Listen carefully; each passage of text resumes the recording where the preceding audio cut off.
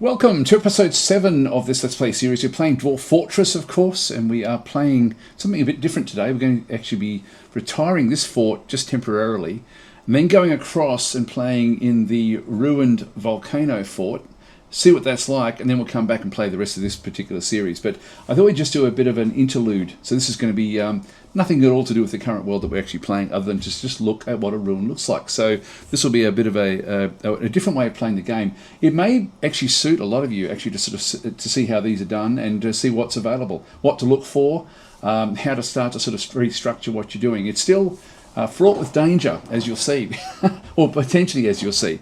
I'm really looking forward, though, to see if the volcano is close to the ruins. I'm really hoping it is. It may not be. It may just be a normal ruin, in which case we'll still just go and do it, but I'm hoping that the volcano is in close proximity. So what we do here is we need to retire our current fort. Now, normally in the old game, you'd be wanting to make sure you got saves of everything and all that, but you can do it from within the actual within the interface. So we'll just go and do that one. We'll just press escape. We're now going to retire the fortress for the time being. We're not really going to retire it, and I'll show you why. So when we go through, really retire, the world will be saved, but you'll need to unretire the fort to play it again. So when we click on retire, it's then going to go through and say, and it's always a bit scary doing that one, it does sort of say retired, your fortress has settled into the rhythm of day-to-day life. So actually, if you go back beyond that one, beyond your meticulous concern, now if I right-click, press escape, if I go save world and return to the title menu, what I can do is not save to this timeline. So that's important. You need to save to a new timeline. That then keeps this one active. That's actually the important thing. So it's a bit scary. You can actually go back and do another save, and if you want, if you're unsure. But in this case, I'm just going to save to a new timeline. You can do this as well to access the Legends mode, which is what we're going to be doing as well. So we're going to have a quick look at Legends about where we're going. That will just give us a bit of something, a bit of guidance as to what we can expect to find there. So save to new timeline. Do this if you want to keep the old save. We do. So we're just going to call this one Volcano. Hang on. This is. So would you like to save? Would you like to name this timeline? Saves starting here will be grouped on the, yeah, so this will be, I'll just call this one Volcano at this stage. So enter, and so that's now just going to be saved away eventually. There it goes. And when this is finished, we'll then be put back out into the menu. So we're back now in the main Dwarf Fortress menu. And if we have a bit of a look, so we can actually now go to either continue an active game, which will then show us the games that we currently had, or we can now go back and start to play the retired game. So we'll just go and do that one. So start a new game in an existing world. Now, we've called it Volcano. There it is down through there. So we're just going to be playing on this one. So the date is the 6th of Galena, late summer, and our fortress is now retired. And also, this will actually be a good indication as how to unretire a fort if you want to then continue playing. If you do actually retire it properly. Okay, what's the reason for doing that?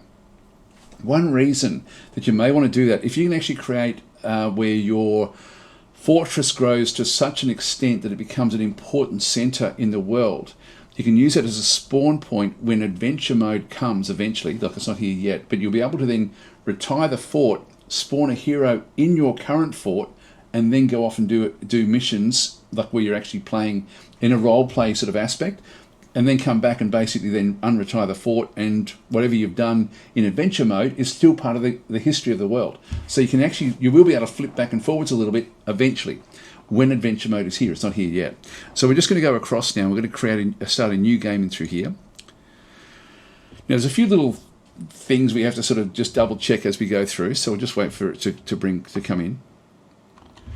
There we go. So adventure mode is coming soon. So again, similar sort of process about retiring the fortress, going and playing adventure mode, coming back, but you can only really do it when the fort is of a reasonable size. Otherwise it won't be a spawn location for your heroes, and it would sort of, you can almost take one of your existing dwarves and then go on an adventure with them if your fort is big enough.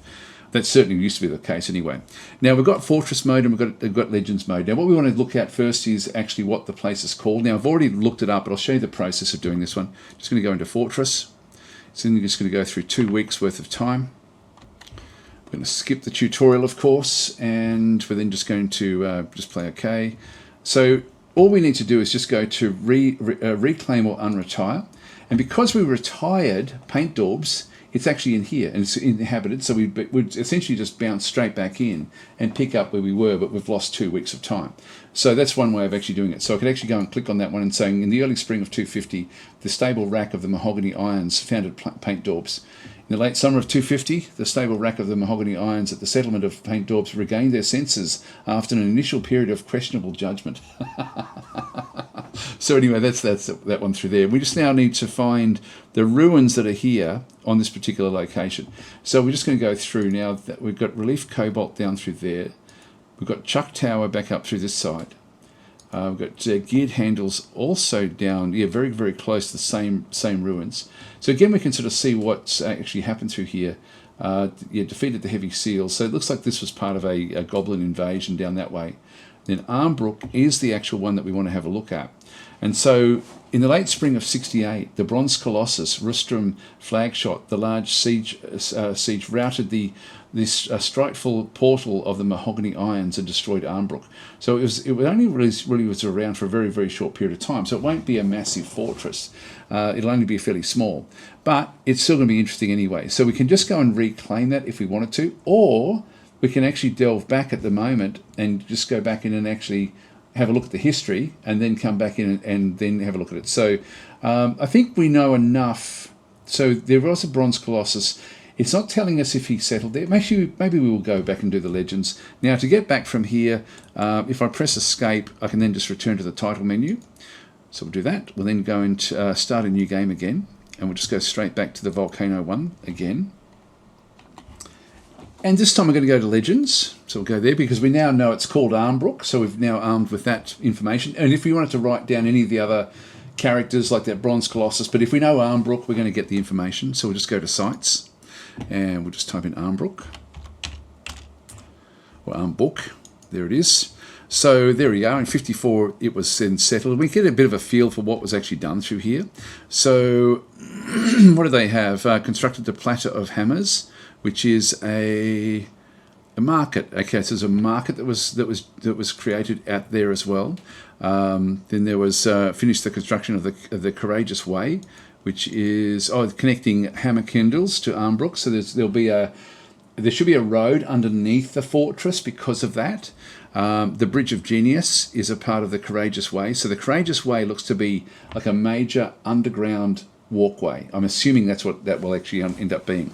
And so there's a lot of these where the connection between Hammerkindles and Armbrook was established. Then they created a new one to go into Stirred Channel, and then they also then created special bridges, different sorts of bridges in through there. And that's all they really got to. A few of the others then sort of settled in there fairly quickly. So now the troglodytes, so they had a whole lot of troglodytes actually came and attacked them. But the dwarves did sort of manage to sort of still survive that particular one. Then there was a successful the Strightful Portal of Mahogany Irons finished the construction of Special Way. So they've now finished another road off to Clockfurs. So there should be many ways. This will be in the cavern layers, by the way. So that should have roads under there. Troglodytes again, this is in 56. There's a lot of stuff going on through here. Here we go. In 68, so nothing much else really happened in all that time. But in 68, we end up with a Bronze Colossus, Rustrum Flagshot, the large siege, attacked the Strightful Portal at Armbrook. And if we have a look at this guy, we can sort of see that he settled in the Hill of Glazing at one time. We can go there as well and see what that's all about. So this is just like going to be a region. But he actually then goes through and is attacking all sorts of weird and wonderful things. He has a massive history. Yeah, look at that, even beyond 68. Now, quite often when they finish at Armbrook, he didn't stay there. So he basically destroyed Armbrook, and then it became a ruin at 68. But from there he went on and did other things as well. So he didn't move his lair there. And sometimes, or even more often than not, monsters will then move into their ruins. So he didn't actually do it, but then he just has a massively long history. All the different enemies, territories that against him. There should be notable kills there as well. Wow. He is a monster. Is he still alive? Let's have a look at the back end of this. Yeah, Yeah, so he's still doing his stuff at the Hill of Glazing. Yeah, this is the Hill of Glazing, wherever the hell that is. So he actually settled in there. So that's actually where his lair is some, and that'll be just some region. So he'll just be wandering around in that region. The Hill of Glazing may even be where, we just get rid of that one there, Armbrook. I don't know if we can sort of see where that actually is telling us where that actually is. No, it's not actually telling us where it actually is, but it may be that the Hill of Glazing is actually around where we are. We just don't know. So anyway, they finished all that. He then comes and attacks it. And then from there, after he's actually done this, so he's actually attacked it. All those dwarves were then sort of struck down. That was in 68. So he killed everyone. So he then routed them and destroyed Armbrook. In 70, a quarry bush leaf was stolen from Abbey Balance by the Eton Rithel Plangold during the rampage of the Eton at Abbey Lance and brought to Armbrook. So, here he goes, in 69, so a year later, the Eton Rithel Plangold settled in Armbrook, and from there, different other dwarves have come in the meantime to try to sort of take the ruins back off the Eton. Now, an Eton is like a two-headed giant, so that's actually what he is. They're nowhere near as bad as a bronze colossus, but they nonetheless, they are reasonably difficult, and so we can expect the Eton to be somewhere in the fortress. So we have to be very, very careful when we first move in. We won't be, because I want to show you what the fortress is like. So we're just going to invite the potential attacks. We just don't know. So Rithel Plangold was an Eton. He was one of the first of his kind, associated with strength and speech. So Rithel keeps on striking down different dwarves. He's still alive. He's going strong, so he settled into the Speckled Mine initially, then he settled into the Flayed Hole in 55, then in 69 he was in Armbrook, and he's been in Armbrook ever since. So he should be here. So the Eton should be in the bottom of this fortress. So when you go into ruins, it's quite fun to often see the history, because you would know it. If you were living in the land, you would know the history. Anyway, we're done with the history now. Now we can go back and go to fortress mode and let the 2 weeks go through again. And again, just skip the tutorial, click on OK, go to reclaim and unretire, and then we just go straight to Armbrook. And so hopefully we end up with the volcano and the ruin in the same immediate area. It may not be, because there's a fair bit of space when you do zoom in to different areas. But anyway, let's just go and reclaim it. So we just click on reclaim. It then prepares the map like it always does. Now, this can be, now that we know what we're dealing with, we could actually take a military group in to actually take over the fortress, and that would mean preparing carefully and actually sort of think, okay, what do we need? We need a lot of food, a lot of drink. We're going to need, actually, like most of the dwarves will need to be armed and actually trained so that they're actually fairly strong at fighting. So we could do it that way, but we won't, because we're just going to blunder in with whatever we've possibly got. So let's just go to play now. So here they are. And then we'll have a look and see what we end up with. Won't take very long. So this is now Armbrook, which is an outpost. Well, it's an outpost because of the way that we're sort of starting through here.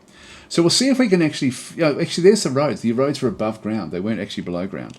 We can sort of see them in the mini-map, but I'll just wait for this to pause, to save. There we are, and unfortunately there's no volcano, otherwise we'd see it there. So just, like in this case, it's the wolves, so this is just a fairly standard sort of location. I'm just going to pause this one for another second. There's a little brook. Oh, by the way, when you see the rocks like this, it means that it's a safe brook for crossing. There's one of the bridges, so this is a bridge off to one of the other locations.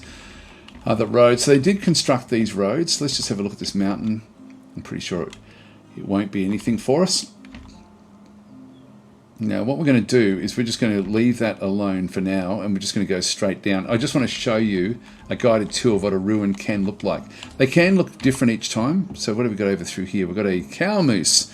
Maybe that's the bull moose's friend or mate from where the dogs can then attack it from the other game. Anyway, well, not the other game, the other fortress. And we've got these other little roads. They're all going off into different locations. There may still be other locations down below. And so it tends to be that the first area will then end up being where you've got like a trade depot, which essentially I think is the market that is then sort of created. So we've got a trade depot back and through here. And we then have the way down. And so we've got the way down through here. If I go back up a couple of levels, we'll start to see that it's just got dirt on the roof of an actual little fortress. It's a fairly big area. Now, what you would need to do here is to have a look down as deep as you can. It makes it actually goes down by using ramps. And I don't like using ramps like this, but that's what these fortresses actually have. Is they've just got a ramp that just takes it deeper and deeper underground. And so we can keep on having a bit of a look, and then we've lost sight of everything there. So we didn't actually find anything really grown properly at this location. So what we'll then now go and do is just come back up here again. And it may be, if you're trying to establish yourself in the fortress, it may be the very, very first thing you do is put a piece of floor across this area, if you've brought some logs or something. In our case, we don't actually have anything outside. But we're not going to do that. So all you need to do is just place a little bit of flooring above this area here. So part of our preparation coming to this location may be that we end up, as I say, just bringing some blocks, some rock blocks, or just pieces of wood, just so we can very quickly do these sorts of constructions. Just sort of fly in, very quickly do the actual bits and pieces. We could also, if we could actually disassemble even rock, like even these walls if we wanted to. So we can do different things. Now sometimes, depending on what has been specified in the histories, like a market means a trade area, but you may end up with an inn or a tavern, and then you're going to have like an inn or tavern on this layer as well. So quite often whatever is mentioned in the histories will actually have already been built on this layer. But then down below will be the actual fortress. So what we're going to do is we're going to go and put all of our guys into a squad. Now, I'm going to be going through squads in a lot of detail later. So all I'm just going to do is just going to create a basic squad, and then I'm just going to keep on moving them down the fortress and see if we can hunt out the Yetin. So that'll be our plan of attack at this point in time. So we're just going to go across and go to squads back over here. Now we need to appoint a militia commander, so we'll just click on OK. I'll just get rid of that. So the first thing is you must appoint a militia commander to create a squad. The very first squad needs to have a militia commander. So we do that by ancestors. Now, again, this is not going to be part of any, sorry, not ancestors, but nobles. This is not a tutorial. I'm just going to quickly put them together, but I will explain quickly what I'm doing. But I will go through a much more detail. But we need to have a militia commander, and usually whoever's top one is going to be the best suited. But there's no relevant skills here. Anyway, that planter is now the militia commander. So now we can create a new squad because we've now got the militia commander. Typically, you probably want to start off with just leather armor, and so just grab that one through there. No uniform is just going to leave them the way they are, but we might as well get equipped with whatever they can grab. And so I'll then select the squad for now. Just go to equipment and just have a double look at what they actually will get. So based on leather armor for Rasuk, we can just have a look at the details, and it's just going to have leather armor, leather headgear. We can change this if we wanted to. Again, I'll make this a much more detailed area, but it's just got an individual choice of melee, and that's really all I care about. The others, they're not going to. There's not bringing. I'm doubting that they bring any armor or shields. They may have some shields anyway. It's very, very particular. Actually, I will just quickly show you. I want to change this shield or buckler from leather to anything. So if I just go to material, any material. It's now just a shield or buckler. If there are any shields or bucklers, they'll then grab it. So I can actually, confirm. I'll just confirm that one through there. But I can add a uniform and then change those bits and pieces if I wanted to. Again, I'll be doing a much more detailed tutorial style approach when we're doing it in our real fortress. But all I want to do here is just go across, go to the members, and then just assign position 2. Actually, I'll just get rid of that screen. And we can just add them all in. So in they all come. All right, so they're now all in here. We've now created a squad of our whole group. We're now going to go back to the squads with it still active. We're just going to go to activate. And I'm now going to give it orders to move down into the fortress. So we're just going to give it move orders, and we're just going to move across. So let's head on down and see what we can find deep underground. So unfortunately, there is no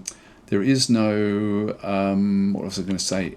There is no volcano that we can see. So we're a fair way down actually. Let's just go to there and just unpause. And so they should all now be starting to sort of come through. I'll just go back up and watch them. They should be moving off. Here they come. Look, see how they've all picked up whatever weapon they could find. So they're all going down that way now. And as they go further in, they're going to start to expose the actual area. So we've got this area here. Let's just wait till they all arrive. Yep, so they've now all become recruits. Okay, so they're now at this location. Now we see even more. Here we go. So now we're opening up into a cavern layer. But notice how the cavern layer has been locked off. So the cavern layer itself is protected. So even though they had found a cavern layer when this was a ruin, when it was an active fort, they've blocked it off. But we've actually now located the cavern layer. But if we knock one of the walls out, we're going to then find the caverns. So at least we know exactly where the caverns actually are. And we don't have to look at that one. Let's just keep on going down. Here we go, here we go. So we actually now come back down this area and we start to see what loot has been left over. Now some of this stuff will still be okay until we arrive. And now we're going to see like a swarm of flies. There's usually nothing of great value in here. But let's just go down and just to see what else we end up getting. So let's just keep on going. Position our group in through this side. We'll go Etten hunting. Now you notice that the doors are forbidden, but they're not locked. So we can actually still just keep on. If I wanted to go and think, okay, well, actually this area here's got nothing in it. That's all that it actually is. Oh, there's more over here that we can't see. So we want to just keep on exploring. So we'll just have a bit of a look around. So they can still walk through all the areas, even though these are locked. They're not locked as such. They're not blocked. They're just forbidden, meaning that they can't actually go and pull them apart unless we sort of unforbid them. Okay, this is a big area now. Now we're seeing a much more of the workshop, so all of this stuff is already set up for us now. So if we wanted to come back and claim it, we've got metalsmith forges in through this side. Don't know if we can see anything. No, nothing underneath. It's still going off the edge and through this side. We'll have a quick look across and unpause. So a lot of metalsmith forges in through this side. That's the end of the fortress. I'm just looking for where things sort of block themselves off, and that's it really. We've got heaps of metalsmith forges on this layer. Now there's a way up here, and this takes us into the bedroom layers. Now the Yetin could be hiding in any of these rooms. We just don't know. I'll have a quick look and see if we have spotted it. If we just go to others, no, it's only magma crabs and magma crabs. Now there is magma here, but this is a long way down. Okay, so it's not. There is a volcano. How high up does that one go? Be hard to tell. This is a long way down actually. But look at this. There's stuff down here. They actually did get down this far. So this is way down in the bottom. We're now starting to see things. They've made all these statues of all sorts of different weird and wonderful things. They've now got they've got magma smelters which go straight through into the magma.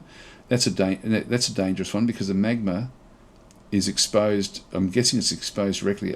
It's not in that middle area, which is the safe area for it. What about these? Yeah, these are directly over as well. I just don't know where they've actually put their holes. This could be really quite dangerous. So this is actually all exposed, and that's the whole thing is actually exposed there. So we're still not seeing the Etten. Just come back up. So that was down where their magma layer was. Now that's another area where there's some sort of blockage. So they found something in here. We don't know what it was. Again, we could then go to sort of see what actually does happen. Just coming back up. Now we've lost sight of what was happening there. So we lose sight of the whole fortress. So we have to just keep on delving deeper and deeper. There we go. We pick it up again here. And there's another cavern layer. And then we're back to where we were. So let's go down deeper again. So we can go back down to this cavern layer and even beyond. Let's just go and tell the guys to march on down. Just wait for them to get there.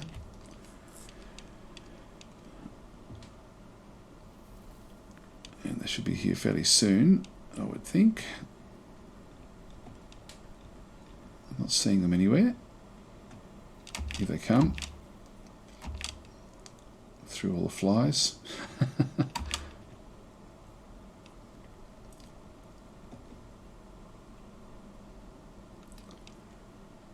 I'm still not seeing it. Maybe they don't like that. I might just tell them to move to here. See if they get there quickly. Where are they? Here they come. Alright, So they're now all at that location. We can now go further down again because we'll now see even more. So let's just go down and find another spot to stop at. Just keep it going this way.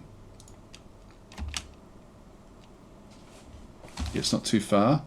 And we're just seeing a little bit more each time. There we go. We've now got another area down through this side where we've got different sorts of display cabinets. So we'll just get them to keep on moving through. Here they come. Wow, we've actually found a whole lot of stuff in here. So we've got a really good, like a jewel encrusted spore tree crutch. We've got a short steel sword, which is very good quality. All sorts of weird and wonderful things. Look at this. Look at the quality of the steel high boots there. So a real lot of good stuff in here. Now this is all forbidden. It doesn't have to be. There's a rat in there as well. Not that that matters. So this is a whole lot of loot that we've now found that we could actually arm ourselves with. There's bronze helmets, all sorts of things, copper bolts, iron bucklers. This is a real find in here, actually. Then we've got iron mail shirts. So we could actually, if we, like now that we're here, we could actually now re-deck out our soldiers and really make them ready for combat if we wanted to, but just based on the stuff that we've actually found. It's not always the same stuff. It does sort of chop and change a little bit. So this is actually stuff that would have come, I'm guessing, from the, looks like the Eton has actually just got all of this stuff. So to actually claim this, what I would then go and do would be to go back into here and just go with claim and just reclaim all of that. That then now becomes all available. And so we can click on these to then see exactly what these things actually are. So if we have a look at these chain steel leggings, I mean, this this is complicated with what it's doing. You've got steel chain leggings in the middle there. Then you've got a plus, which means it's sort of got it's good quality. Then you've got the two little caret symbols, which means it's been worked on it again afterwards, like jewel encrusting or something like this. And the quality of that work was also of high quality. And then you've got this bracket around the outside saying that it wasn't created by your group. It was created by an outside group. If we go and have a look at this one. So this is a finely crafted steel chain leggings. On the item is a finely designed image of Sarvesh Covershoot, the dwarf, and dwarves in Demontoid. Sarvesh Covershoot is surrounded by the dwarfs. Now, we could go back to the histories and find out who is Sarvesh Covershoot. Was he one of the dwarves that lived at this particular location? Was he a hero of this particular group?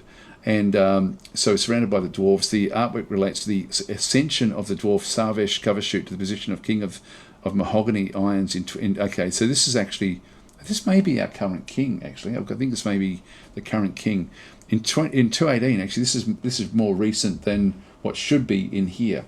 So this is that may be, I don't know how that one's been left there. Who knows? I thought it would actually have to be whatever the stuff the dwarves actually had at the time, but maybe it doesn't. So yeah, there's all sorts of, like, even the pigtail bag is actually really good quality. So even this has been sort of adorned with hanging rings of rose gold. So these are just really, really expensive stuff that we've actually got through here. Yeah, nothing that's been actually. This iron low boot has been encrusted. So yeah, it is encircled with bands of finely gold grizzly bear bone. It's just amazing what you sort of find in these areas. It's so cool to actually have this. Now we don't know where. Okay, we didn't find the where we had to go there. We just keep on going further and further down, and just see what else we can then sort of locate. Now there's a gold statue or a pudding stone statue, and there's an altar there as well. Okay. So that's interesting. Again, we can have a look at these as well. Then see how this is forbidden. It's because we need to unlock it, but we can actually go and have a bit of a look at it. So this is of Logum the Heliotrope. The item is the image of Logum the Heliotrope, the deity of jewels, depicted as a female dwarf in pudding stone. So that's a female dwarf statue of one of the gods. Let's just keep on going further down and see what else we can find. Will we find this Eton? We may not. Now we found like a cavern layer, which is interesting as well. Well, here we go. And then we're back down to we've now got to the bottom of the fortress. So we've now sort of gone through the whole fortress. It's pretty cool, isn't it? And that's all we needed to do. I just wanted to sort of show you that is the Eton may or may not be in its lair. Quite often they are, and sometimes they're not. So you just don't know. If they're in like if you go back up to the bedroom layer, like which is a fair way up, as we sort of zoom up through the actual different layers in through here. It wasn't the bedroom layer. I think it was the next big group that we actually ended up having. It's a long way up. Is that bedrooms? The bedrooms were actually off here in their own area. Now, actually, did the bedrooms go up? Yeah, bedrooms go up even more. Oh, we did find this one, didn't we? We found this area. Or did we? No, we didn't. Our access point is over here. We didn't actually find this. So what we'd need to do to try to find the Etten would be to just literally go through every single room until we actually find him. And he'll be trying to hide us a little bit as well. So it doesn't necessarily mean that he will be right here. But our dwarves will just keep on sort of walking their way through. They'll eventually find their way through here. Here they come. Up they go, up the stairs. Now they've made their way into here. Still nothing. There's another stair that leads up, again into more bedrooms, back in through this side. So there's heaps of places for us to try to find the Etten. Like sometimes you just locate them. Well, here we go. Alert. Okay, so something has happened. So Rakus has been, the recruit has been found dead. I'm going to have a quick look at this one through here. So we'll just click on OK and pause. Okay, an ambush, drive them out. So we'll just go and recenter. Here we go. Here we go, we found him. And I won't go into much detail, but this is it. This is what we're looking for, which is why we don't want to do this. And you must appoint a military commander to create a squad. So we've actually now lost our commander by the looks of things. There's a two-headed Etten. So we have located the Etten. He was at home. We just didn't know. And so you can imagine that when you come into one of these environments, there's generally something that lives here, but you don't know where it is, and it will just sit. And we didn't see it. Like I should have actually kept with the guys. I've got it also going at full speed. I won't play out the battle, but yeah. So the guys are all still armed. Actually, I will play out the battle, but I'll just do it really, really fast because, and we'll just see if our squad can somehow survive this. So the Etten has actually ambushed us and has attacked us. If we have a quick look at the actual fight itself. Yeah, so these are all now fighting. If we just go back to the Etten and have a bit of a look. So the recruit attacks the Etten, but he jumps away. The Etten grabs a recruit. Yeah, so the Etten takes a recruit down. So it unfortunately doesn't give you the names of the actual people, and everyone's going to be a recruit. So they miss. I don't know if we actually ever get anything.